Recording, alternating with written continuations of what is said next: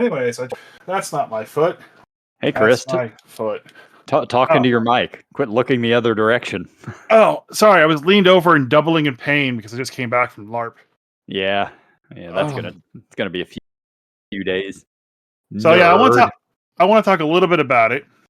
Wait a minute, this isn't a LARP podcast. It isn't. Wrong podcast. I want to talk about what happened to me. Well, we're not talking about anything until I do introductions. So Exactly. we're the Grumpy Dungeon Masters. I'm Jay, joined by Christopher, Christian, and Dan. Say hi, guys. Hi, guys. Hello. All right, go ahead and talk about your LARPing nonsense. Well, I'm not going to talk about any stories or specifics at all, but just how age has caught up to me.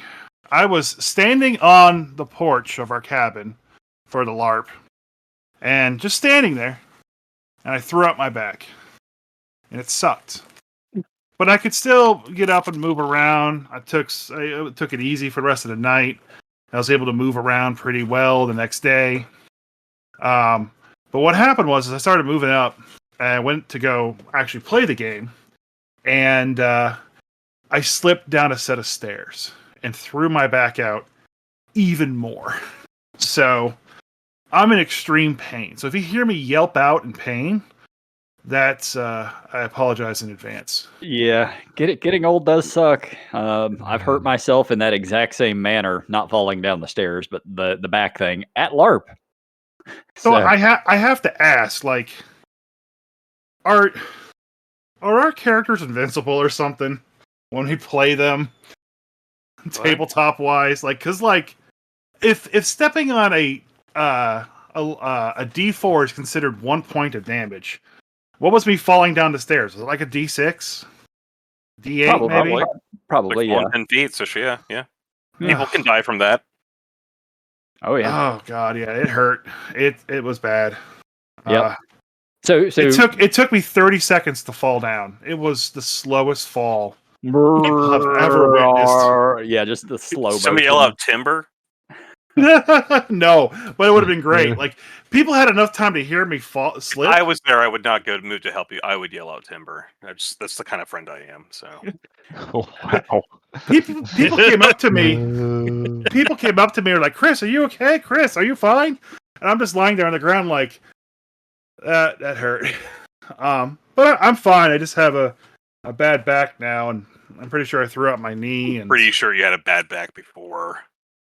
I did. Yeah, that's true. Yeah. But yeah, it was a lot of fun. It's always great to meet up with friends and do very little role play and punch a spider rabbit in the ears. Yeah, I mean, hey, let's be honest. Most of the time we're at LARP, we just like sitting there on the porch bullshitting with each other. That's why we go. And that's tabletop in general, I think. Yeah. Have you guys ever had a game where you brought people over to play tabletop and tabletop didn't happen? Yes. Yeah. It's just an excuse to hang out with your buds. So real quick, since we're talking about shitty falls and everything, I wanted to talk about piercers from D&D. I love piercers from D&D. Yeah. So, I got them. Yeah. You like that transition? Yeah. Nice. Yeah. Yeah, no, so we played last night and we ended up in a cave and the fucking DM dropped piercers on us. Hell and yeah. We took some damage and then he realized just how terrible and shitty as monsters piercers actually are. They're more of like a they're a trap, underground hazard, like a black mold or what is it? The green mold, whichever one it was. Like it does acid damage. That's I think green mold. Yeah, green slime maybe. Or green slime. It's more of a hazard than anything because they can't do anything once they drop. Yeah, I mean, and they take falling damage. Yes. Yeah, they take half of the falling damage they take. And they can only do maximum of 6d6 falling damage, which we're 6th level, so 6d6 would be a pretty good bit, but they weren't quite high enough to hit that much.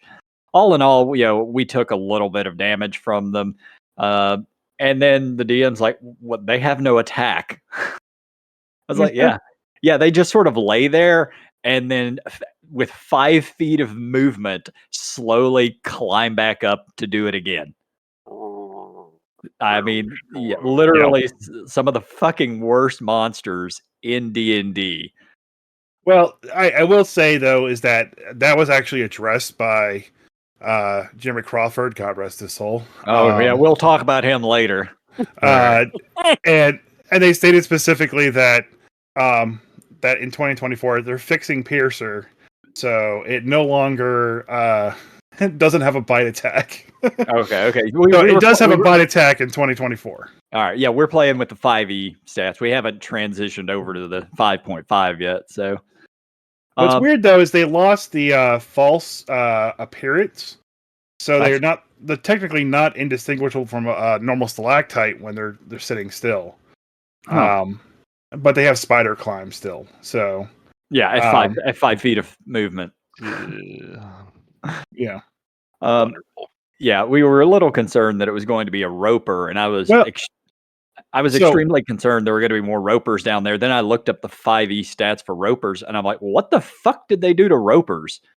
Real quick, the climb for a piercer's 15 feet now. Oh, and its ground is 5. Yeah. Okay. They're fast boys. They're fast now. Good to know. But I noticed with they're like the ropers in 5e are only a challenge rating 5.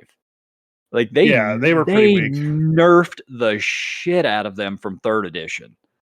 'Cause I recall in an encounter we had in 3.5, and our 16th level party nearly got wiped by one fucking roper. And then I see they're like challenge rating 5 garbage now. So Okay, ropers were even in 3.0, they were never super high challenge rating creatures. So either something was wacky with that roper, or your party wasn't. No. So ropers, I've got my 3.5 book right here, because I knew I was going to be talking about this shit. And like their challenge rating, their challenge rating 5 in the new edition, or in 5e. I pulled up the SRD actually for the other one. They were their challenge rating 10 in 3.5. But the thing is, they can hit. They have 6 attacks effectively that can grapple you, and then they drain your strength. Then you have to make fucking fortitude checks to get loose from them. They also had spell resistance out the ass, which was why I was playing a spellcaster, so I couldn't just affect the thing. I probably should have pulled out my actual 5e. Yeah, spell resistance of 28. I got the 5e stats here. Yeah, I will say that's decent, but by the time you're 16th level, an actual couldn't land a fucking spell. Could not land a spell. A built spellcaster, like I remember when we were playing that, our high level spellcasters were like, like I rolled a 46 for my spell piercing, so it's like, because you take all the stuff, you build the feats out, and your numbers are ridiculous. Oh, I know. I had all that stuff. You in 3rd edition, you kind of have to build that way for higher levels. But I, for whatever reason, could not land a spell. I mean, spell resistance 28 is not a joke. That's still pretty good at the higher levels. And for whatever, it's been so long. This encounter was we played this thing like 10 years ago nearly, so I can't remember all the exact way things went down. I just recall we almost wiped a party of 4 to one fucking roper. Well, I guess I'll throw in my 2 cents on the roper here, because I actually had a relatively recent experience it wasn't Canopy Mysteries. It was the Golden Keys to the Golden Vault. I don't know if it was a side quest our DM threw us on or whatever, but I think we're level 3, maybe 4. And there's 6 of us though, and we end up in a cave near like a chasm leading to God knows where, and we get jumped by a roper.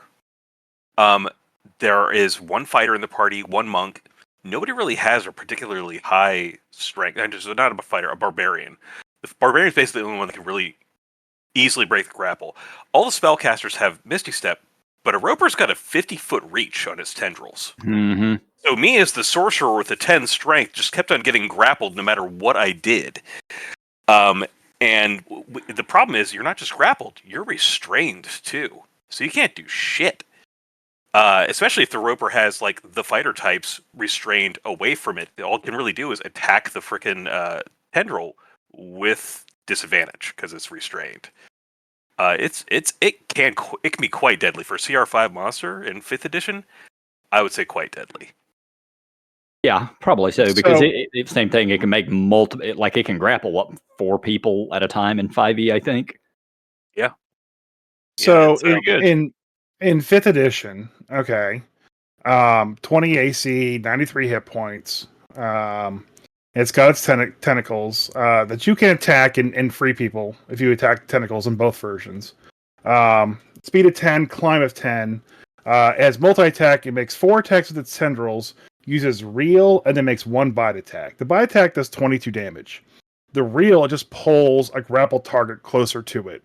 The tendril has a chance to grapple you. It's +7 to hit, 50 feet reach, and the DC to escape, the grappled, is 15. Until the grapple ends, the target is restrained, so disadvantage on strength checks and strength saving throws. So it makes 4. Now, I can kind of see how the 5e roper is a little weak, all right, because it doesn't do a lot of damage. Mm-hmm. But the 5.5 one, they made a few changes, and it's much better. It has +5 to its initiative right out of the gate. All right, no matter, even though it has like shitty decks, that's +5 to its initiative. I do like in 5e 2024 that they have made it so solo monsters do have better initiatives, because that's the problem. Yeah. It's always a problem with 5e is that letting all the players go roper, first. He's got a -1 to initiative. So if the PCs know he's there, he's dead before he even gets to act. Oh yeah. But if this thing gets to drop on you, man. So the 5.5, it's got +5 to initiative, the 20 hit points, 93 hit points, 20 AC, speed of 10, climb of 20.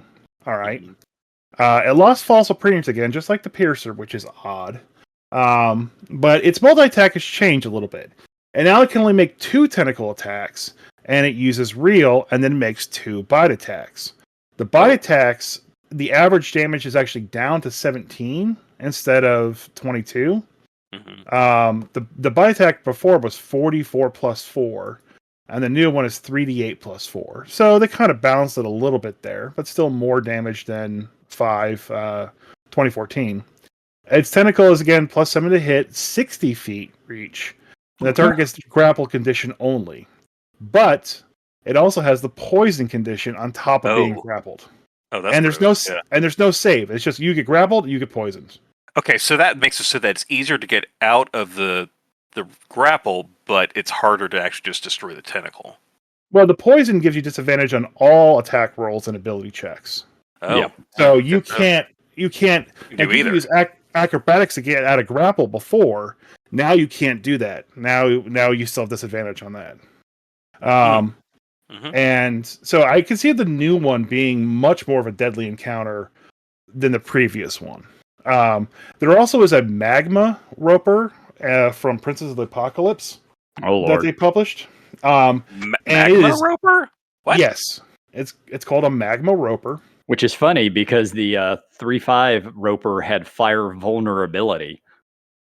They didn't like fire. So the molten magma roper, 20 natural armor, 93 hit points, CR 11. All right. Yeah, much bigger. No, the AC and hit points are the same. Yeah, no, the CR is way higher. Is what it's still CR5. I'm looking at it here. No, the molten magma roper is CR 11. That's the one I'm looking at. Yeah, well, the one I'm looking at is CR 11, but it has the same damage and everything, but the tendril attack is different. The tendril attack does fire damage when it touches you. Ooh. Now, see, lava does 10d10 damage, so that should be like the factor in here to make it a CR 11. Like it hits you the tendril, you take 10d10 fire damage, and then. Well, that's some shit you run when you're trying to kill your players. Well, I'm just saying, if you're gonna have a molten magma roper, you're not taking 1d8 damage from its tendril. Yeah, it's a 1d8 fire. It makes 4 tendrils. Use reel, makes 1 bite attack. The tendrils do. The D&D Beyond must be busted because these are CR5 stats, yet it says challenge rating 11. Yeah, I think that's a mistake because here it's like its initiative is still -1. It has vulnerability to cold. Munifier. Yeah. Huh. Yeah, it sounds like that probably should be CR6 or something, but Ropers are great. They're a great monster to basically like never use and then use all of a sudden, just like a mimic, you know? It's essentially in the same kind of category of like, oh, we gotta watch out. There might be a roper here. Ha ha ha ha ha. Well, fuck you. There's 7. yeah. I think if you throw that at level 5, 4 or 5 characters, that's decent. Like AC 20 is not Pretty high, super easy to hit at low level D&D. The only time I used a roper is I had an encounter that had a large roper in the center of a room, and in the cavern there were certain squares where piercers would drop, and they would wait until the players moved onto that square or got pulled into that square. So there were some around the roper, but they didn't want to get too close to not get eaten, But that was the only time I used them. I used them both in conjunction because, stalactites, stalagmites, it just made sense to me. So the roper would start grabbing them, piercers would fall. It was a great time. Fun was had. Fun for everybody, especially the It's a DM. terrible place. Don't go there. Yeah. I'm surprised they didn't have a roper in BG3. That would have made sense. Didn't they? I thought they did. I don't remember any ropers in BG3. No, maybe not. Yeah. Or piercers. Honestly, that would have been a bitch to program. To grapple somebody, reel them in, 6 attacks. Yeah. There's an ice variant to the piercer, which makes it an icicle. So when it takes falling damage, it shatters. Let me check. No, that's what should happen. It should shatter and then become a whole bunch of little icicles that hit people around it. It's a giant worm that falls, shatters, becomes little tiny worms. And it says here that the Aura of the Frost Maiden has transformed icicles into creatures that resemble piercers, but it's not a piercer. Oh, okay. Whatever. Getting attacked by giant icicles. Hell yes. That's kind of cool. But yeah, you are right. They're more of a hazard than they are a threat. Yeah. Piercers, ropers, no. No, ropers are a threat. Yeah, ropers are definitely a threat. They will murder you. You'll be digested and turned into like a gemstone or something. I mean, if you really wanted to be the piece of shit DM, what you do is you just put a roper in a room that's got a fucking pit in it and then just have him pull everybody and drop them. I would argue the scenario I just described. Dropping people in a fucking pit. No, he didn't drop them into a pit because like it was clear like he was playing it like it was the monster would play. Like he would put the PC over the pit, so if they escaped the grapple, they would fall. So the intent was to not escape the grapple as he tried to reel in and eat one person at a time. I mean, it was a very smart encounter with a roper. It was very difficult. We were on level 3, but there were 6 of us, and yes, 22 points of damage on average per person, and we got like a warlock and a wizard and a sorcerer. And at level 3, you don't. Yeah, level 3, you're fucked. 22 hit points is more than the wizard probably has.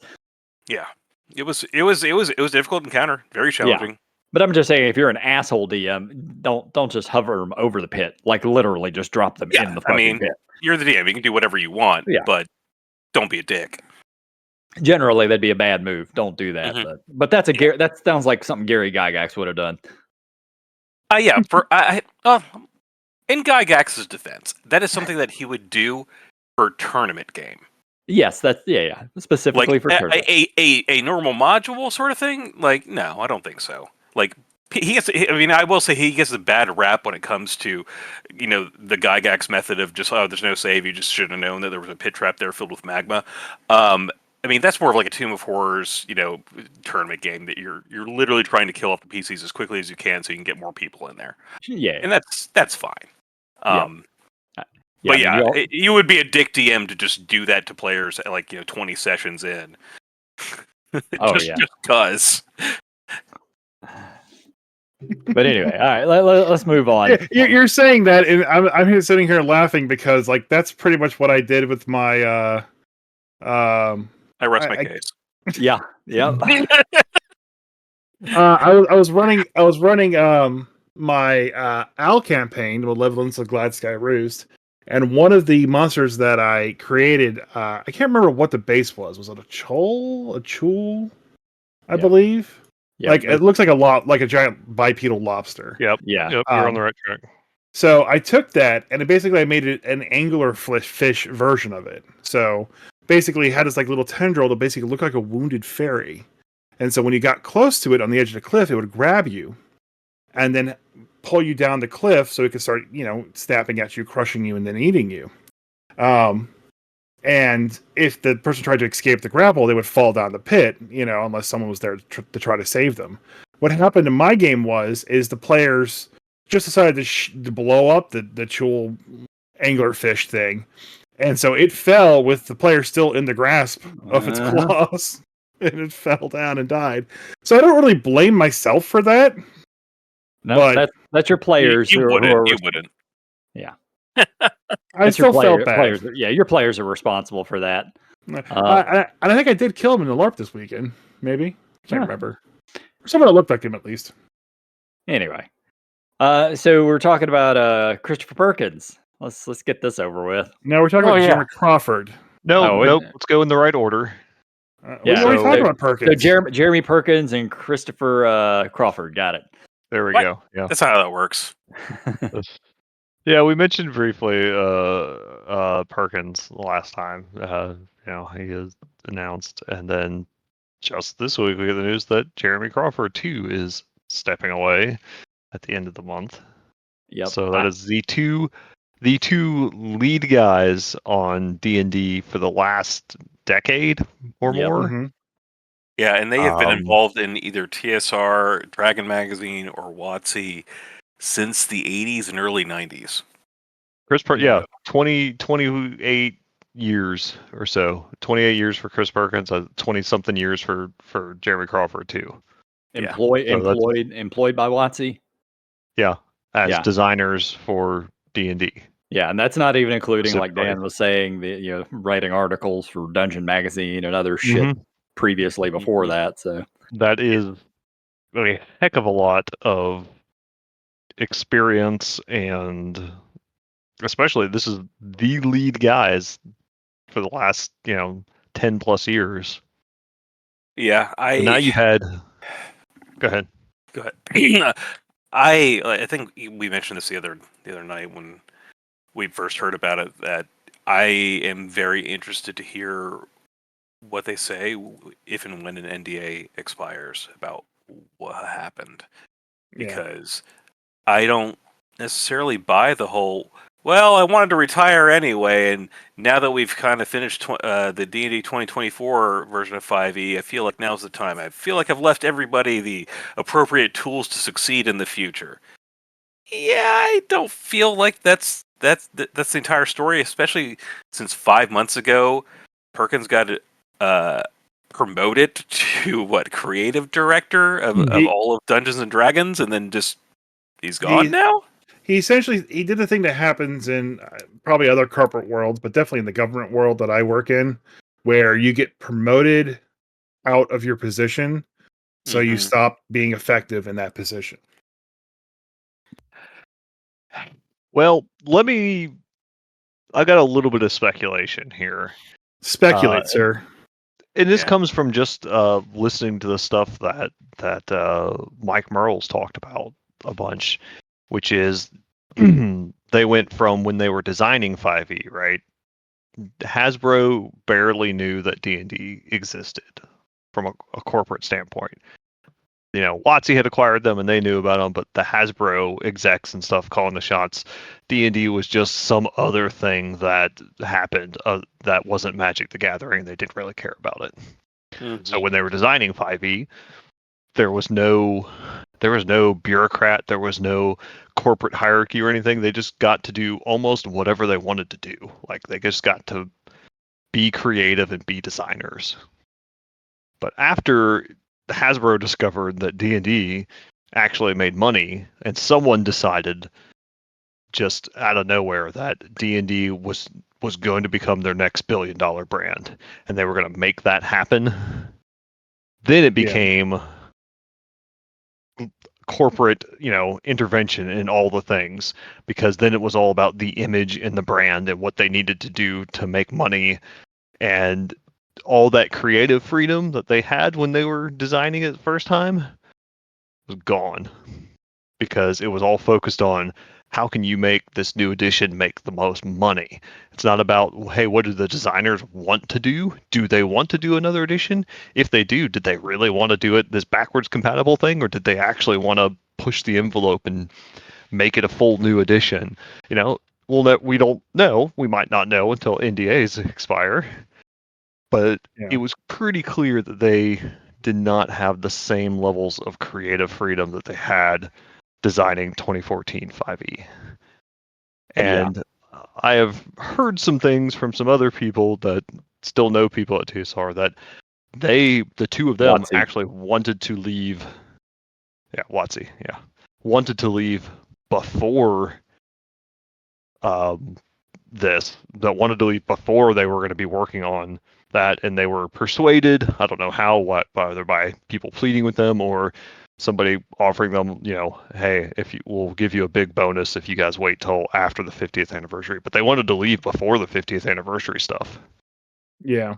And they were persuaded to stay on until this edition was complete and stuff. So it kind of sounds like if that is the case, which it may well have been, and they may still have wanted to leave because of all the increasing corporate pressure, that they kind of hung on and got this through and were like, all right, now we're finally out of here like we wanted to be a year or two ago. Yeah, I feel like that is a definite corporate move of, oh God, we're going to miss out on all this money if our two lead designers just decide to up and quit. And Perkins, you're probably right. 5 months ago, whenever he got named creative director after finishing up the DMG, he probably was just like, I'm out of here. And they're like, how about we make you creative director and you just get double your salary if you stick around for 6 more months? Well, from what I hear, I think they wanted to be. They didn't even want to work on this new edition. They wanted to leave before it was out, before all this 50th anniversary stuff. Well, I do know that Perkins was adamant about putting out a different Dungeon Master guide because he felt like the 5th edition one was pretty weak, and it relatively was. I find the 5th edition Dungeon Master's Guide, the 5.5 Dungeon Master's Guide, to be one of the best Dungeon Master resources books for new players and even veteran players out there. I think he did a fucking fantastic job on that. The player's handbook and the monsters, just, it felt like a small upgrade. It didn't feel as significantly impacting like the DMG was. So I'm glad he got to get that out there. It feels very much like this is how Chris Perkins runs his games, and it's a great way to begin. And I suggest it for people out there, but that's not a best-selling book. Mark, go ahead. I was just saying, I agree. I think of the 3 new books, the DMG is the best because it is the most redesigned, the most new, and it's great for new GMs, especially. Yeah. So, barring the NDAs and everything, once that's done, what I really want to see is what game these two either design next or what company they go to work for next. It'd be interesting if they went and joined Mike Merles over at Chaosium. Yeah, I wouldn't be surprised at all. Yeah. I think they're all still friends. I mean, they worked together for 5 years, so. Yeah, and Chaosium, this is their 50th anniversary year, if I recall correctly, isn't it? It is, yeah. They celebrated at GaryCon. That would be a hell of a catch for them, getting those guys. Yeah, imagine being a guy working your way up the Chaosium chain, and then Mike Merles quits and then he joins, and you're like, oh, that's cool. He's going to be a great influence, a great help, veteran designer. I can't wait to become creative director myself. Oh, Perkins has joined us. Oh, okay. Well, I can transition into rules design. Crawford has joined us. Well, my career's over. Well, I will continue working the front desk. And packaging, yeah. It would be interesting. Merles hinted that they are, he wouldn't say what, but they are working on some new sort of non-Cthulhu RPG product. So What are they? Yeah. I don't know. Like, what do they have? They have RuneQuest. They They have Call of RuneQuest. Cthulhu. What else? Yeah, those are the Pendragon? RuneQuest and Pendragon. Is that them? Yeah. Yeah. Okay. But yeah, RuneQuest and Call of Cthulhu are the big ones that they've been known for. Yeah. I mean, Call of Cthulhu, RuneQuest, Pendragon, and Seventh Sea. That's Seventh right. Sea. That's right. That's another pretty big one they've done. Oh But yeah, all like are they did 10% I didn't of realize the that. 7th Sea was great. 7th Sea is great. yeah, but it's all like 10% of the what Oh, what sure. D&D pulls in. Yeah, of course. But still, I wonder mean, if they're going to make a big kind of push to do something new with RuneQuest, because back in the day, the RuneQuest was kind of the big competition for D&D, like in the 70s and 80s. yeah, I think they are, because tunnels Mike and Charles trolls. was on Luke Stratton's podcast a couple of weeks ago, and he was talking about working on the new RuneQuest. So I would not be surprised if that was the case. Yeah, I mean, we'll have to wait and see what those two do after leaving, but Yeah. yeah, I mean, it's a possibility. I think they both. I know Jay, you don't like Crawford's rulings and his decisions and we stuff. just disagree on a lot of them. I don't have any beef with the guy. But I think what he did was great, and I'm sad that he's gone. It feels like he left a job that he really liked, and so all that's left that I know of is Amanda Hammond and James White. James White, I think you kind of made I think enough comment, Christian, like when he's going to leave next. Man, I worry. Honest, Like you can tell when you see him, he's super passionate about the stuff that he gets to design and be involved with. yeah, no, he really does. He was in a lot of the videos for the 5.5 stuff. Yeah, and Chris, you called it out a while ago whenever Perkins was like doing interviews, like the weekly interviews for whenever the 2024, 2025 stuff was coming out, he'd look like somebody was holding his family hostage. Like he really just clearly looked like he didn't not want to be there and didn't really care. Yeah. Which is sad, but kind of makes more sense now. Yeah, I mean, makes a lot more sense. But they were paying him enough money to keep him there, I would assume. So. You know what? Get your paycheck, Chris. Get your paycheck. You deserve it. That's right.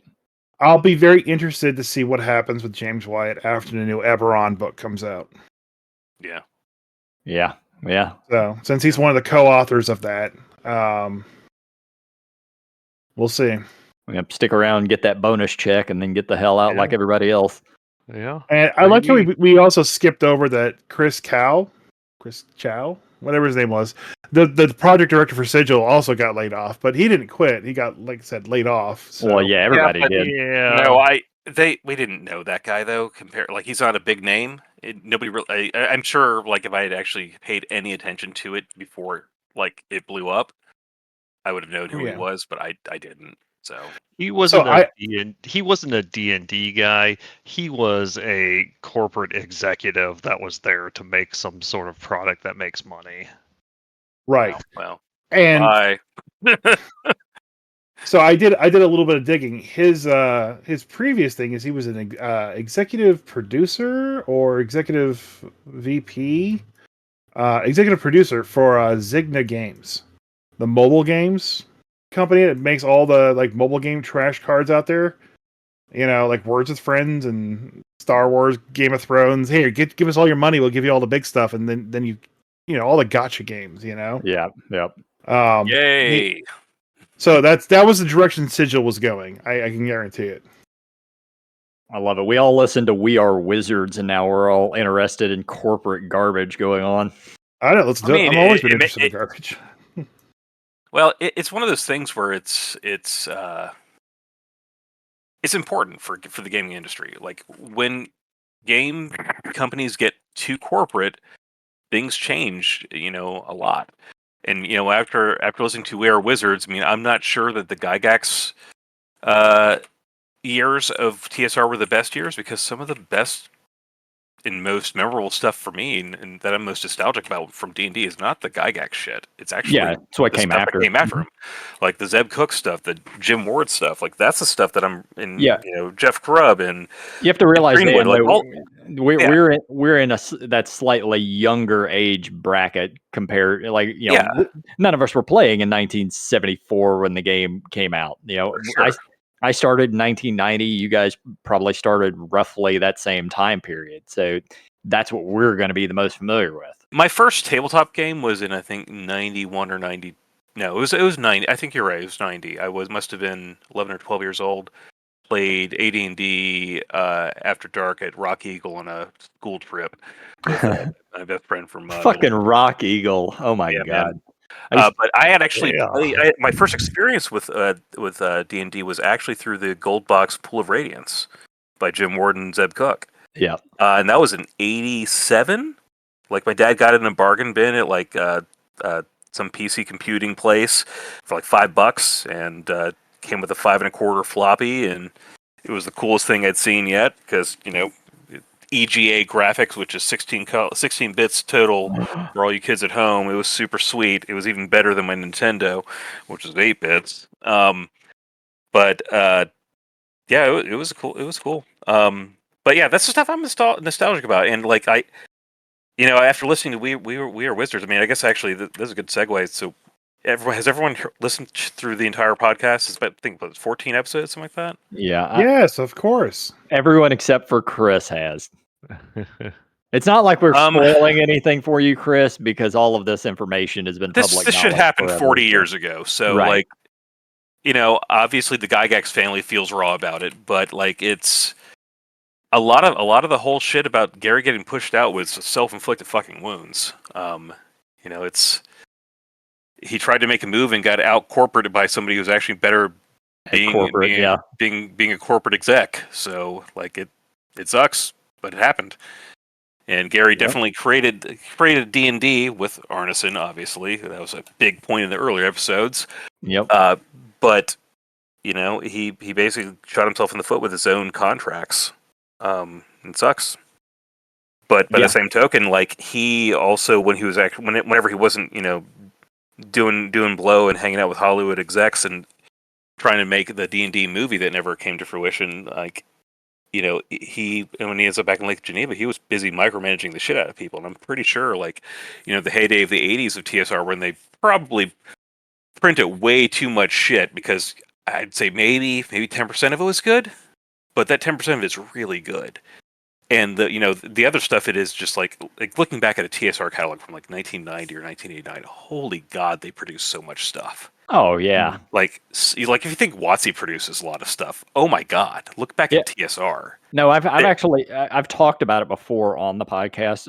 I've gone through and counted up the amount of stuff, not including paperback novels, but just actual D&D stuff.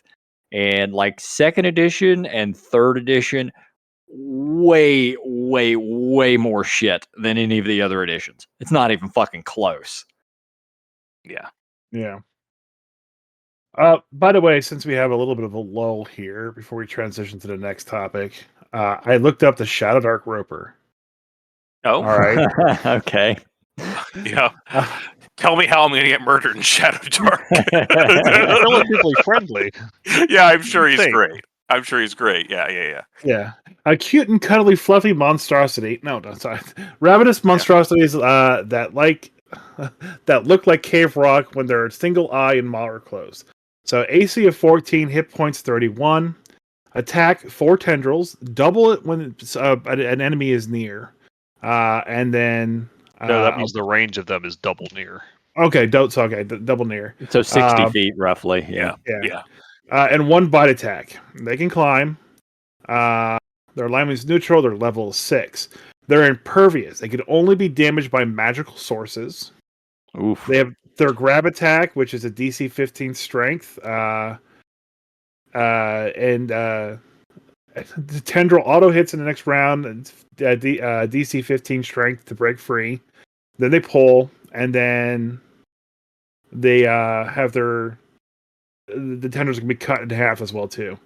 The bite is just 1d6. 2d8 damage. And the tendril, when you get grabbed by it, is 1d6 damage. Oh my god, yeah, that thing would fuck up people. Yeah, the fact that it's one thing that's going to attack 5 times. Yeah, yeah. so That is a good OSR version of the roper. I like that. Yeah, Oh, yeah. I'm sorry, it's 1d6 plus Very 4. Yeah, but Very well, yeah, because of the strength save of DC 15. I mean, most characters are going to struggle making that in Shadowed Ark. So yeah. That is a difficult strength check. So all right, Christian, take 2. Who are we? Where can they find us? Oh yeah. He still doesn't know. Yep. We are the Grumpy Dungeon Masters. You can find us on Twitter, on Instagram. We're on Twitter. Except it's called X now. It's Twitter. Nobody calls it. On Facebook. What's the website for Facebook? I don't know, man. Facebook/Grumpy Dungeon Masters. Facebook.com/Grumpy Dungeon Masters. Yeah, don't go on Facebook. No one ever actually just types in the web address for a Facebook. You type in fb.com/Grumpy Dungeon Masters. Or just search for Grumpy Dungeon Masters. For Look, God's we're sakes. on all the Search social engine. places. Yeah, like, subscribe. All right, let's move on. Find us on Anyways. YouTube. Find us on Spotify, Apple Music, wherever you get your podcasts. Apple That's Music, the main place. yeah. I mean, yeah, well, I think we're on Apple Music or whatever. We're it's also called. on YouTube. You can find us at youtube.com/Grumpy Dungeon Masters. Yeah, we're and going Twitch. So, Chris, you're going to have to write down what you want him to say and send it to him. That way, he just always has it there in front of him. I find this more fun. Definitely won't read it, and then I will just ad-lib my own stuff, as I will continue to do. That's fine. Awesome. I appreciate that. What are we talking about next? Keshanar. What? Oh, yeah, Okay. yeah. Let's talk about Keshanar. I like Egypt. All things Egyptian, ancient Egyptian history. Always been kind of a passion of mine. So, yeah, we did not, in fact, get to rob their van, but their Kickstarter did launch. They funded very quickly. They are at, as of current, around $315,000 funded. So, good stuff. 1,800 backers. Yeah, 1,800 good. backers, good amount of backers, so good. They've got a little preview out that you can kind of see. I will say, from what I can see, I like the art so far. Good art. I'm very happy. We're going to talk about that briefly. Yeah, I'm very happy with the artwork. Yeah. So it's I like that it doesn't feel like the modern D&D style artwork. So me and Chris, when we streamed on Thursday, you were out of town, but we talked about the primer that they sent us, or that we have access to, and we were looking specifically at the artwork for the monsters. And I was, because you know me, and you're very similar the way I am, Christian. You like real art. You don't like CG stuff, and that's what we primarily get with most things. But looking at the monsters in the primer, specifically the Ballast Fiend, I could see the artwork for that, and I'm like, that does not look CG. That looks like somebody actually painted that. And and the other one, the other two monsters, the Sewer Harpy and the Mirage Demon, I wasn't sure, but I actually like the art. I thought it was CG, but according to Chris, it's not. So I popped in one of their live streams on their YouTube. So Kingdom of Keshanar on YouTube, and they have a bunch of live streams coming. Just talking about the game, where they're going with it, their development, how things work. They have some live streams with Dr. Jill as well, the lady that was there in our podcast when we spoke with them at GaryCon. She's talking about like the background stuff. So Christian, definitely look those up. And I definitely want to do that. I was not in a position with good enough signal, and I wasn't done on our job site for the charity work I was doing to find it. But it's still up there for you. So if you're interested in an Egyptian D&D setting, just look up Keshanar, and you could probably find it. But I was watching that, and David Hayden was in the chat, and then they had a developer and their social media person on the live stream, and I posed the question. It's like, hey, what is the art paint on canvas, or is it all digital? And they said that there's a lot of digital pieces that happen, but a lot of the single art pieces, especially the monsters, are done by a contact that they have in Italy who basically puts paint on canvas. So he didn't specify who it was, but I think if it looks like it's painted for real, especially if it's a monster, it probably is. They have some Italian guy doing the painting. Hey. Yep. The Ballast Fiend definitely is. The other two I'm still not sure about, but I can't wait to see some more of the monsters. Yeah, it was absolutely fascinating. And I did ask the question because we reviewed one of the monsters. I think it was the Mirage Demon is the one. The Mirage Demon that basically every time it hits you, it gives you a level of exhaustion. Oh god.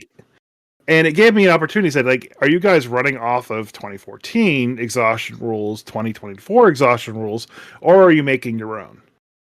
They said that they have an idea for their own exhaustion mechanic that they're thinking about using, but they're balancing it around 2024.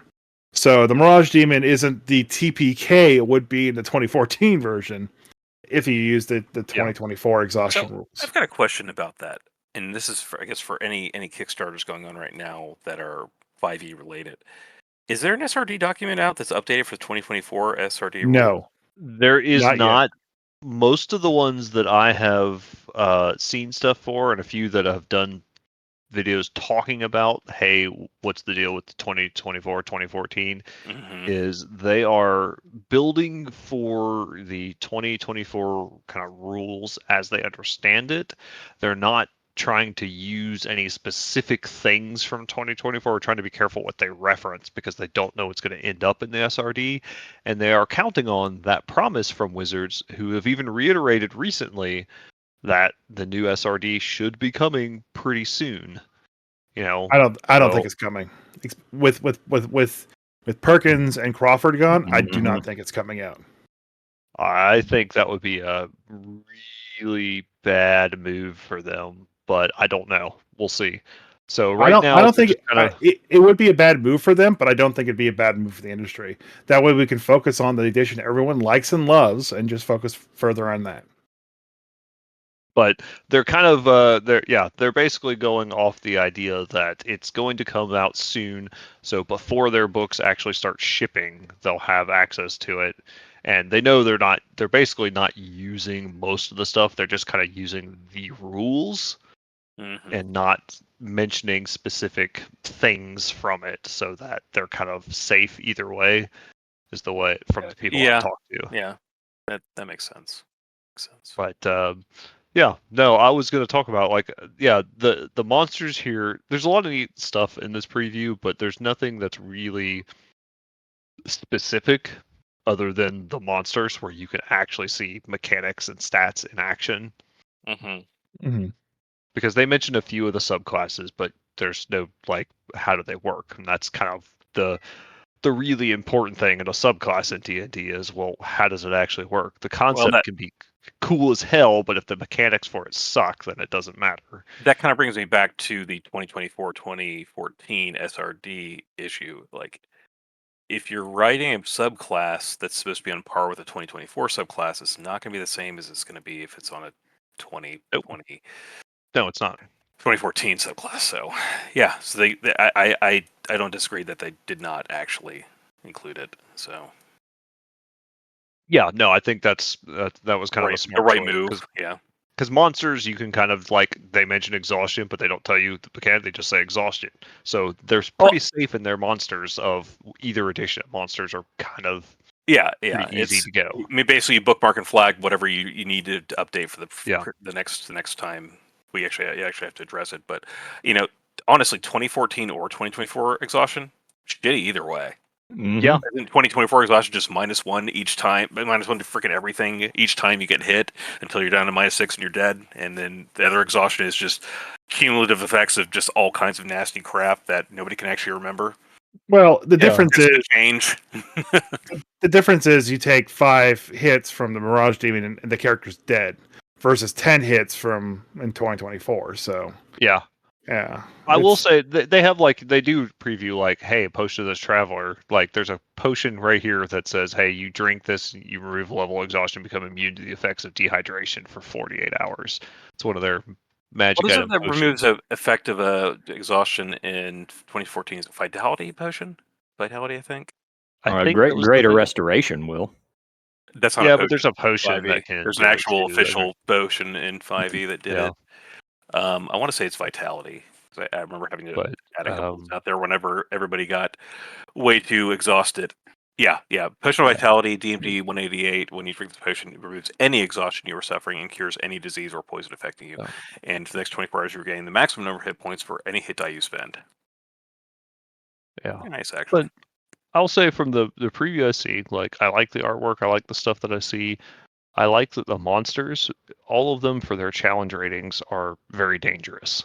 These are not monsters that are going to be, from what I can, they don't look like they're going to be a pushover for their challenge rating. Yeah. And I like that they're designing their monster design at least looks pretty freaking good. Yeah. They're not giving us just very simplistic monsters. Everything's got different things it can do. Yeah, they have neat traits that kind of change the combat a little bit. The harpy has a thing where it gets hit, it poofs off weird feathers and dust and other crap that it literally pocket sands you. It pocket sands, yeah. So there's all interesting mechanics in all of them that kind of make you have to think about, how am I fighting this monster? And that's good. Yeah. So pocket sand. Yeah, I'm happy with what I see from Keshanar so far. I'm looking forward to it. Looking forward to seeing more. What do you think about the species that they put in? I mean, I don't know enough about the concept. Cool. Yeah, it sounds like the generic, the basic. Out of you have species that are based on each of the kind of gods of Egypt, right? They're all based on that sort of all the gods had, human body and animal head, and these species are all along the same lines. They're that kind of thing. So it'll be, I like the snippet I see. I can see they're kind of taking from that, but they're putting a little bit of their own spin on it. So it's not just straight Egyptian, which is, what they talk about in part of the preview too, is that this isn't just fantasy Egypt, they're being Egyptian inspired. There's going to be twists in the story that that makes it their own thing rather than just straight up copy of that. And so I think that'll be interesting to see where they kind of play with those expectations and kind of subvert the things that you would normally expect, maybe. So I think there's some neat opportunities there. So are you going to run the Keshanar game on our stream, or do I have to do it? That seems like a campaign, bro. Yeah, that's a full campaign. No, I am Planescape. I think is going to be my my farewell to D&D for running. I don't know, man. Not too late to change to Shadowdark. Not too late to change to Shadowdark and then do Skullcrash. I would happily do that if you guys are cool with that. I would much rather run Planescape and Shadowdark. I'm fine with it. Okay. I'm fine with it, even though I'm not involved. I mean, you would ask your opinion. You could be. I haven't solidified my players yet. No. You're available every other Friday night, Chris? I am, yeah. Right. Jay isn't. He can't play. He's busy on Fridays. He's going to Toys R Us or something. Yep. Yeah, that's when I go to Radio Shack. He's gonna go there to get parts for his radio. All right, so that's my thoughts on Keshanar so far. It looks cool. You guys, he needs to do vacuum too. Check it out. All right. Got an ecology for you guys. All right. Yeah, do an ecology, and then I will wrap this thing up with another XCrawl Classics. All right. The Death Knight. Fuck yeah. You guys, Me, yes. who is go. the first Death Knight that you think of when you think of D&D and a Death Knight? Ooh, Chris, you answer this one. Myself. Thaladred, the Knight of Death. I knew I should. You're so fucking lame. The mountain that walks, the troll under the bridge of life. Hey, baby dick, shut up. All right. Christian, who do you think of? Well, the first one, I can tell you, I know he's not the actual first one, but the first one I encountered in my journey through D&D and fantasy was Lord Soth from Dragonlance. He's not the first one, though, but that's the first one that I read about. All right. Jay? I'll let you reveal the first one. I know who it is, I think, but I'll let you.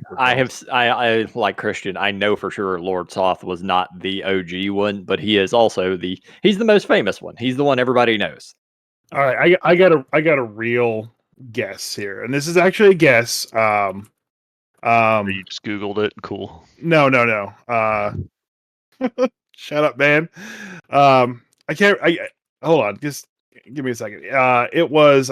He's Googling it now. I already have your answer, so I'm gonna move on. Yep. Oh god, what was his fucking name? Oh shit! It was Thaladred. All right. Yeah. So no, it wasn't. It was Terran Gorfeed. That's right. It's Terran Gorfeed. He got raised by Gul'dan. Man, I don't know what the hell you're talking about. Warcraft. No one gives a shit about Warcraft. They're paladins that died, and Gul'dan raised them up with demon blood. So actually, brief pause on my ecology for this. What after saying nobody gives a shit about Warcraft, nobody gives a shit about Warcraft, but people do give a shit about Mythic Quest, and I am very sad. Pour one out for my homie. I can't believe that fucking show got canceled. It was so good. Damn it! I'm so mad. I'm still mad. At least, my god. At least they have said they're going to edit the ending of season 4, which maybe it gives me some closure because I have to have closure for that fucking show.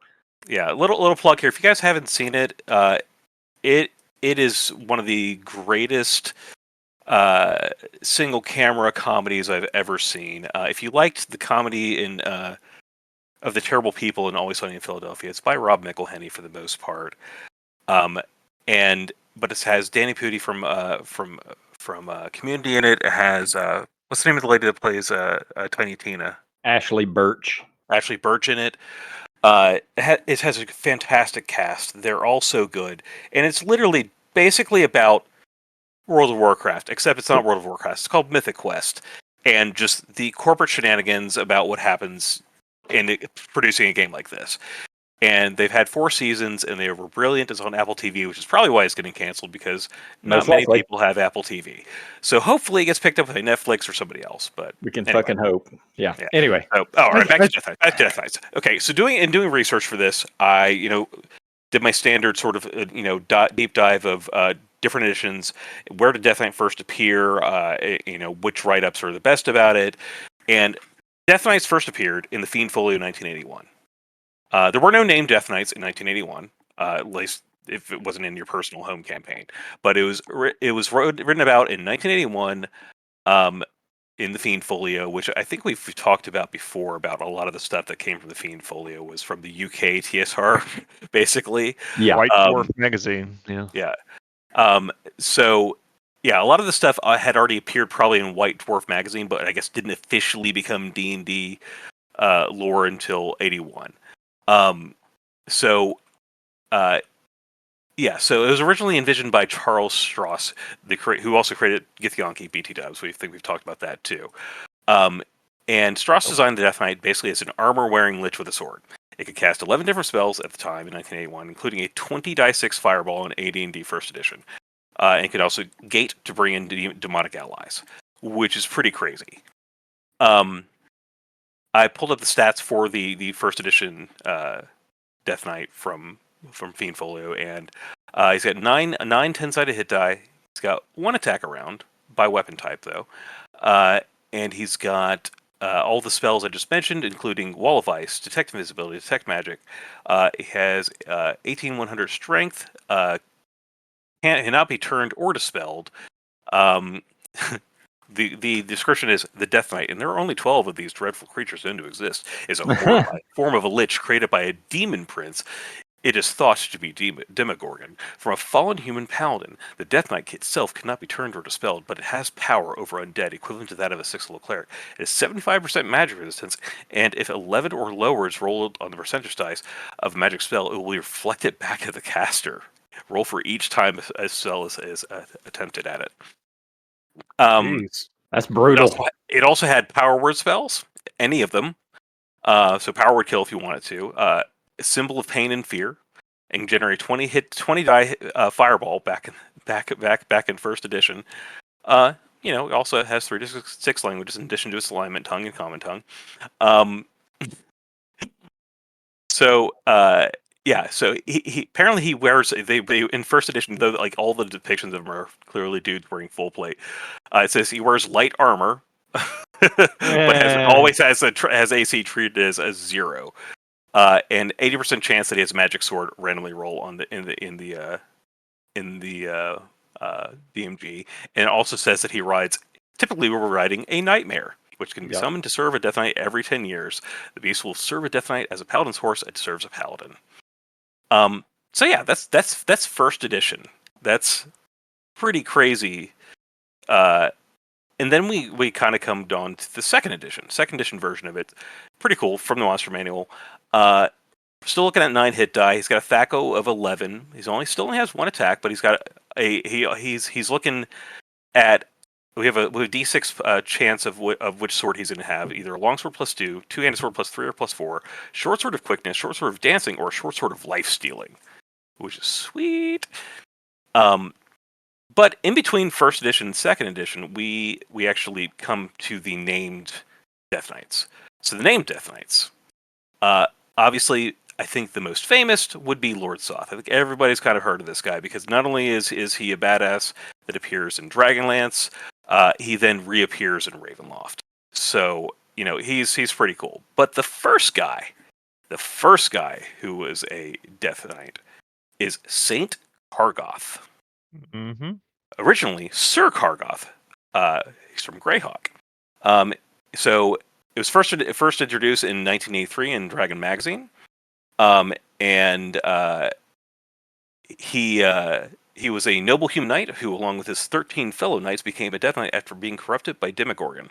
Kargoth was jealous that another knight had chosen to lead the Great Kingdom's Knight Protectors, and his fury and envy led him to the power of undeath to pursue his revenge. He became a hero to the worshippers of Hextor, hence the appellation as a saint. Other known Death Knights, obviously Lord Soth, who I think everyone knows about. There's Miltiades, who I believe is from Forgotten Realms, because although not specifically referred to as a Death Knight, the skeletal undead paladin named Miltiades appears in the Forgotten Realms campaign setting. Cursed by Tyr, god of justice, after dishonorably slaying a foe, Miltiades sought to do good even after death. Tyr eventually restored Miltiades to life after suitable heroics. There is Vanthus Vanderboren, featured as a villain in the Dungeon Magazine Savage Tide Adventure Path. And then there's also a list. This is from Dragon Magazine 360, which incidentally is the first Dragon Magazine published back in 2007 after WotC took the reins back from Paizo, around the time Paizo was busy publishing Pathfinder. This is like the first online-only version of Dragon Magazine. Okay. Where this was published. So other Death Knights. So the quote from this says, "Death Knights can be used in many ways in the D&D game, as minions of a greater foe or as the main villain itself. As NPCs an applied template, Death Knights, because this was written for late third edition. Mm-hmm. Death Knights have any number of options. Below are a few ideas to inspire you to create a Death Knight for your game. The King of Brigadoon. The Death Knight can be a lord of roaming fortress that appears at certain times in particular places. The Death Knight and his minions can threaten NPCs wherever they are, and a haunted ruin of a castle can offer an unexpected opportunity for exploration and adventure. The Ring Wraiths, Death Knights, with its initial reception, D&D borrowed a lot from J.R. Tolkien, obviously. So consider borrowing just a bit more. The Headless Horseman, King Haggard, and Peter S. Beagle's The Last Unicorn. The Black Knight, Genghis Khan, apparently. What? Yeah, like they literally list Genghis Khan. And they say, if you really want a Death Knight to make an impact on players, put it at the head of an undead army. Your Death Knight might be like Genghis Khan, gathering warriors of the conquered nations into his army as it moves. The warriors might be be the dead of the conquered, risen as undead warriors, or even living warriors who believe that serving the Death Knight offers a better chance of survival than opposing it. It also refers back to the. You guys ever played White Plume Mountain?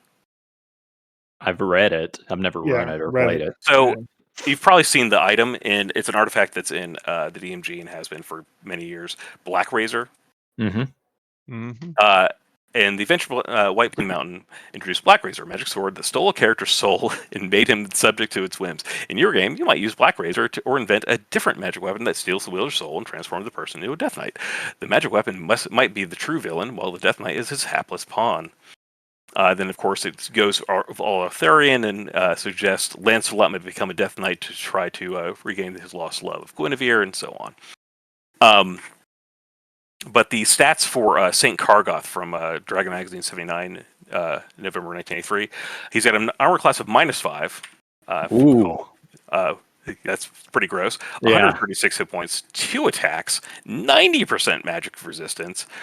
Definitely chaotic evil. His symbol is a glowing green skull. He's also a 12th level cleric in addition to a 16th level fighter, 20 strength instead of an 18-100. And it says, Kargoth was a great paladin until he unleashed a demonic terror on the prime material plane and a mad bargain for personal power. The grateful demon prince Orcus transformed Kargoth into the first and most powerful Death Knight. When the forces of good rallied and drove away the horror, Kargoth, exalted in his newly won power, performed by any deeds of great malevolence and harm to the forces of good. Finally, the scale of his atrocities grew to the point where the gods of chaotic evil alignment could not help but recognize his achievements. Needing an agent to counter the saintly agents of good, such as Saint Bane, they endowed Kargoth with saint-like abilities. So yeah, big bad Death Knight that served Orcus. So Yeah, pretty sick. Yeah. So there's some other interesting stuff in the article from Dragon Magazine 360. There's a couple of little passages like from the dark into the light, from the small into the great, from the valleys dark I ride, over the hills to conquer fate. Little quote from something from Greyhawk. But it actually gives a pretty interesting like history, like bad bedtimes, like warning to like children of humans, elves, dwarves, and even halflings about what might happen to you if you do the wrong thing. And like so as far as like the history, like the elves, the first Death Knight was a tragic figure who was tricked into becoming a Death Knight in order to win the love from the clutches of a rapacious rival. In this version, lies lead to the story's hero's death. The rival is actually not a villain. His lady doesn't actually love him, but a wicked fey creature tricked him and offered the hero a path to power that leads him instead to damnation. And the dwarves it's a greedy king that could not release his grip on his throne. Humans relate several legends as to the first Death Knight, but all bear a common theme. A man or woman wanted power and received it, and with that dark power, the newly made Death Knight accomplished his goals. There's apparently one for halflings, which is I find hilarious. Whoa! You couldn't even be a fucking fighter, let alone a paladin in earlier editions. But this is 3rd edition, so bear with me here. Halfling legend tells what might be the oldest story of the first Death Knight, and the story is so simple it might be the closest to the actual truth. They say the first Death Knight arose in service to Orcus, demon prince of undead. The tale's protagonist, a human warrior of considerable skill and renown, who was plagued with an unquenchable thirst for vengeance. When denied a position of power, he felt it was his right. He sought vengeance, but was denied satisfaction yet again. Bloodied, disgraced, he fled to fell lands inhabited by demons, where there he proved his worth to Orcus by defeating Demon Prince's minions and then killing Orcus' enemies. When cultist Orcus offered the man the power to avenge the slights against him, he readily accepted and became the first Death Knight. So yeah, that is actually the story of Kargoth. But I found that just very wildly interesting, because Death Knights are actually just really good villains, and they're just really dangerous too. I used one for a fucking long time in my home campaign. Mm-hmm. As a major villain, with the army behind him of the undead, like you were talking about earlier. Yeah, I mean they can be fantastic villains. They're easy to hate, and in earlier editions, like we talk about the magic weapons that these guys carry around, but like in 3rd edition, I think I mentioned earlier, Death Knights were actually a template. So you throw it on top of a 7th level fighter, 3rd level blackguard, or 14th level fallen paladin that you just throw on top of it. And the special abilities that they would add onto it would be like you'd add Dexter +5 natural armor. You would add additional charisma modifier to dealing damage to living creatures. You'd get your 20 die 6 fireball, and so on. But also there's the ability to control undead within a 200-mile radius. You just, much like a fighter in earlier editions would attract followers, and undead followers are attracted to a Death Knight. Any that happen to exist within 200-mile radius will come to him. That's a lot of undead. That's a lot of fucking undead, depending on where you are. And just jumping to modern editions. So the Death Knight in 5e 2014 is okay. He's definitely got to have a bunch of minions with him, and I think D&D 2025 kind of solved that a little bit, because you have Death Knight, then you have Death Knight Aspirant, which is more like a kind of like a junior Death Knight, like a Death Knight that you can use for on lower level parties. It's only CR 11 as opposed to 17. Yeah, I think we talked about it a while back. Yeah, and they're pretty decent. Like honestly, the Death Knight Aspirant is actually closer to the standard 5e Death Knight. The 2025 Death Knight is actually pretty gross. He's got a fair amount of legendary actions. He's got his Hellfire Orb that recharges on a 5 or 6. It's actually half fire, half necrotic damage, which is pretty great. He's got a Dread Blade that does 2d6 plus 5 slashing, plus another 3d8 necrotic. And he makes 3 attacks around, which is fantastic. And of course, he can continue just marshaling all kinds of undead, legendary resistance, all the stuff you'd expect. But of course, you got to have this guy riding either some sort of undead mount or a nightmare. I prefer the nightmare just because it gives him the fire immunity when he's riding the nightmare. Yep. And he does a lot more movement, and it's just a classic D&D monster. And I'm not sure I agree with the Nazgul necessarily being Death Knights, but they're pretty cool. I mean, it still definitely has enough like the idea is reminiscent of the Nazgul. Yeah. I can see them as like an inspiration for the Death Knight. Right. But I think that I do feel like Death Knight is, and especially the way I guess maybe I think of Death Knights having appeared since I guess Lord Soth in any of my games or novels that I read back when I was a kid or anything like that. Like it's fully a D&D thing. Inspired by others, yeah, absolutely. But I feel like it's just one of those unique sort of. It is a D&D monster that other things obviously Wable's already mentioned World of Warcraft, but it's a D&D thing. And they're just great villains. D&D. Yeah, I would definitely suggest looking up the Paraghost. He might fall in a Death Knight category. He's an undead knight, essentially. Yeah. But yeah. From Forgotten Realms. Yeah, it's from the Forgotten Realms. But... Yeah. So in the Ed Greenwood's Darkhold, The Secrets of the Zentarum book, they stat him out. His stat sheet is 4 pages long. Good for Lord. all the abilities and shit that he has. It's ridiculous. All right, I'm going to go ahead and say that, man, I as much as it is cool to have a villain that has a lot of cool things that he can do, I forget so many things when I'm running monsters that I'm moving a bunch of minions around. This ghost or specter did this thing over here. Oh, it's the Death Knight's turn. He just slings some sword at this guy, and then he smites that one dude over there. And then I'll forget that, he's got like 4 other pages of abilities or something like that. Or on the back of the sheet, he's got, I forgot this Hellfire Orb comes back this round. And yeah, I mean, 4 pages is too much. 4 pages is too much. It's too much. Well, technically, the Paraghost is a bunch of ghosts that's maintained by one central one. But when he gets weak, other ghosts rise to the surface, and they can take over each round and do something. Or you could kind of like space each ghost out. So essentially, you have to beat him 5 times or you could like put a spirit to rest instead of fighting him for one of those. It depends on how you handle him, and that's why it's 4 pages. But his main just like stat block and what he can do is 2.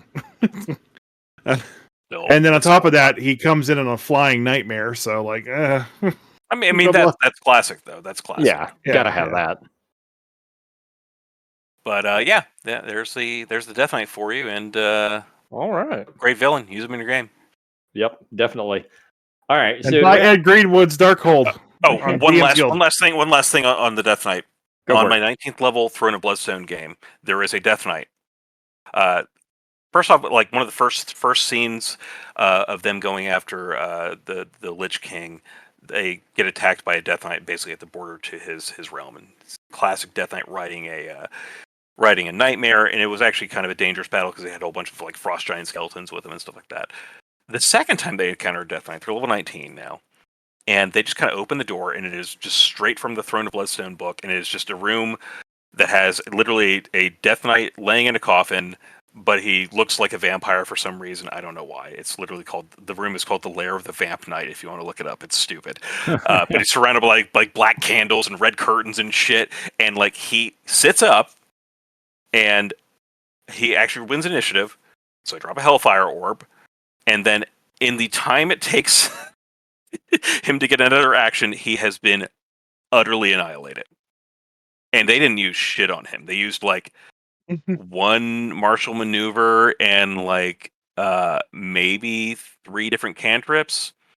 Like a level 19 party just annihilated the guy without him even being able to like strike back. It was embarrassing. Action economy's a motherfucker in 5e. Yeah, I mean, even using legendary actions, like he wasn't able to really do much of anything. Like he got the Hellfire Orb off. That's all he got. All right, so I am going to introduce you guys to the XCrawl Classics version of the Mimic, the Death Pinata. I'm excited already. Is that literally what it's called? Yes, it's the Death Pinata. All right, I'm just going to read verbatim what's in the book.